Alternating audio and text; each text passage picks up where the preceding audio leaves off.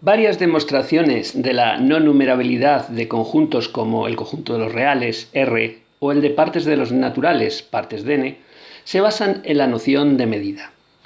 Veamos qué fallan en estas demostraciones. Los puntos racionales Q del intervalo 0,1 se supone que tienen medida 0. Se pueden tapar con sucesiones cada vez más pequeñas que tengan medida 0, como diversas demostraciones han probado. Por el contrario, los puntos reales R del intervalo 0,1 tienen medida 1 y por tanto se supone que no se pueden tapar con una serie de sucesiones cada vez más pequeñas que tengan medida 0. Pero veamos cómo sí es posible. Partamos del conjunto de Cantor. Su construcción es del siguiente modo. En el primer paso dividimos el segmento 0,1 en tres partes: 0, 1/3, 1/3, 2/3 y 2/3, 3/3. Eliminamos el segmento del centro, 1/3, 2/3, y nos quedamos con los dos extremos, 0, 1/3 y 2/3, 1/3. En el siguiente paso, partimos cada uno de los dos trozos que nos quedan en tres partes, e igual que antes, eliminamos los segmentos centrales y nos quedamos con los extremos. Es decir, partimos el primer trozo, 0, 1/3, en tres partes, 0, 1/9, 1/9, 2/9 y 2/9, 1/3. Y nos quedamos con los extremos, 0, 1/9 y 2/9, 1/3. E igualmente el otro intervalo, 2/3, 1, lo subdividimos en tres partes y tomamos los extremos, 2/3, 7/9 y 8/9, 1. En general, en cada paso dividimos los segmentos en tres partes y vamos eliminando la parte central, quedándonos con los extremos, así hasta el infinito. El conjunto de Cantor se define geométricamente como el conjunto de puntos que pertenecen a todos los pasos, es decir, la intersección desde n igual 1 hasta infinito de los diversos pasos i sub n, que es una forma de decir que son los puntos que sobreviven a este proceso de cribado. Numéricamente, es equivalente al conjunto de puntos reales del intervalo 0,1 que admiten expresiones en base 3 en las que no aparece el 1. Preguntémonos, ¿cuál es su medida? Tras la primera división tenemos dos segmentos de longitud 1/3, es decir, la suma de longitudes es 2/3. En el segundo paso tendremos cuatro segmentos, es decir, 2 elevado a 2, de longitud 1/9, o lo que es lo mismo, 1 partido por 3 al cuadrado.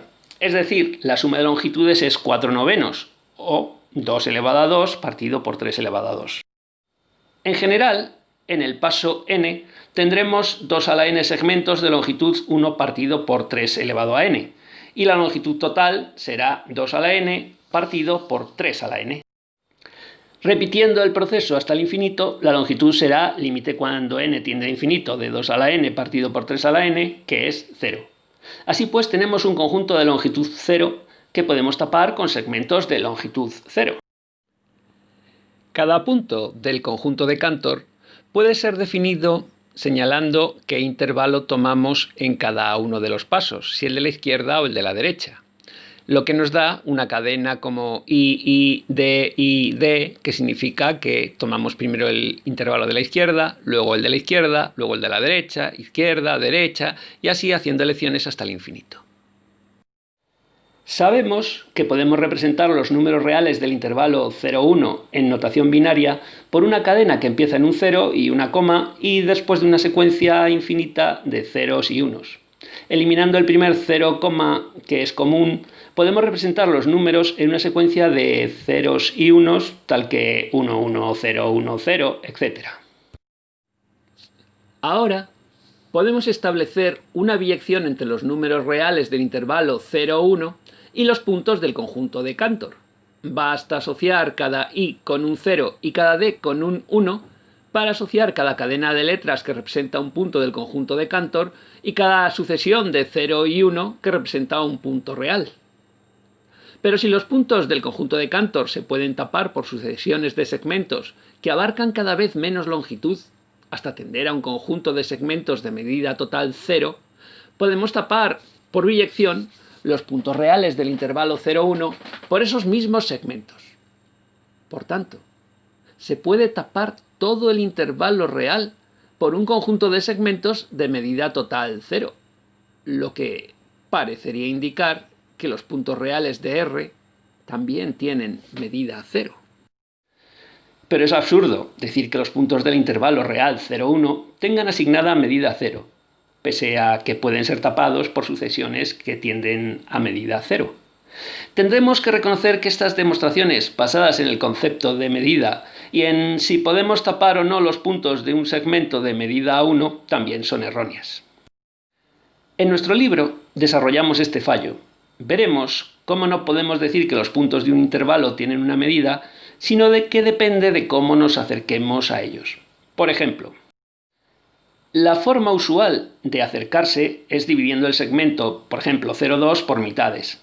Partimos de un segmento de longitud 2, lo dividimos en dos segmentos cuya suma de longitudes es 2, en 4 cuya suma de longitudes es 2, y en general siempre un conjunto de segmentos de longitud 2. Este resultado se mantendrá en el límite infinito. Pero podríamos acercarnos mediante semicircunferencias. Una semicircunferencia, caso L0 de radio 1, que mediría de longitud pi. Dos semicircunferencias, caso L1, cuya suma de longitudes también es pi. 4 semicircunferencias, caso L2, cuya suma de longitudes es pi. Y llevado al infinito, las semicircunferencias degeneran en infinitas circunferencias de radio 0. Es decir, degeneran en los puntos del intervalo 0,2. Pero no por eso tienen medida 2, sino que seguirán manteniendo la medida de pi. También podríamos acercarnos mediante triángulos, rectángulos isósceles, cada vez más triángulos y más pequeños, cuya longitud sería siempre constante, 2 raíz de 2. Incluso cuando llevado a infinitos triángulos degeneren los puntos del segmento. Veremos en nuestro libro cómo afrontar situaciones similares a las anteriores e incluso situaciones que puedan causar más perplejidad. Por ejemplo, dos sucesiones de figuras geométricas que tienden a tener más y más lados, de modo que una sucesión tiende a contener los puntos reales, es decir, el infinito del continuo, y otra una cantidad numerable de puntos, es decir, el infinito de los números naturales. Y, sin embargo, los puntos que alcanza una sucesión son los mismos que alcanza la otra unos pasos después. En general, veremos cómo se enfrenta a estas situaciones nuestro nuevo concepto de infinito. Por una parte, único, es decir, negando que existe una cadena de Alephs, como propone la teoría cantoriana, pero multiforme, pues sabemos que en general infinito menos infinito no es un valor cero, sino una indeterminación.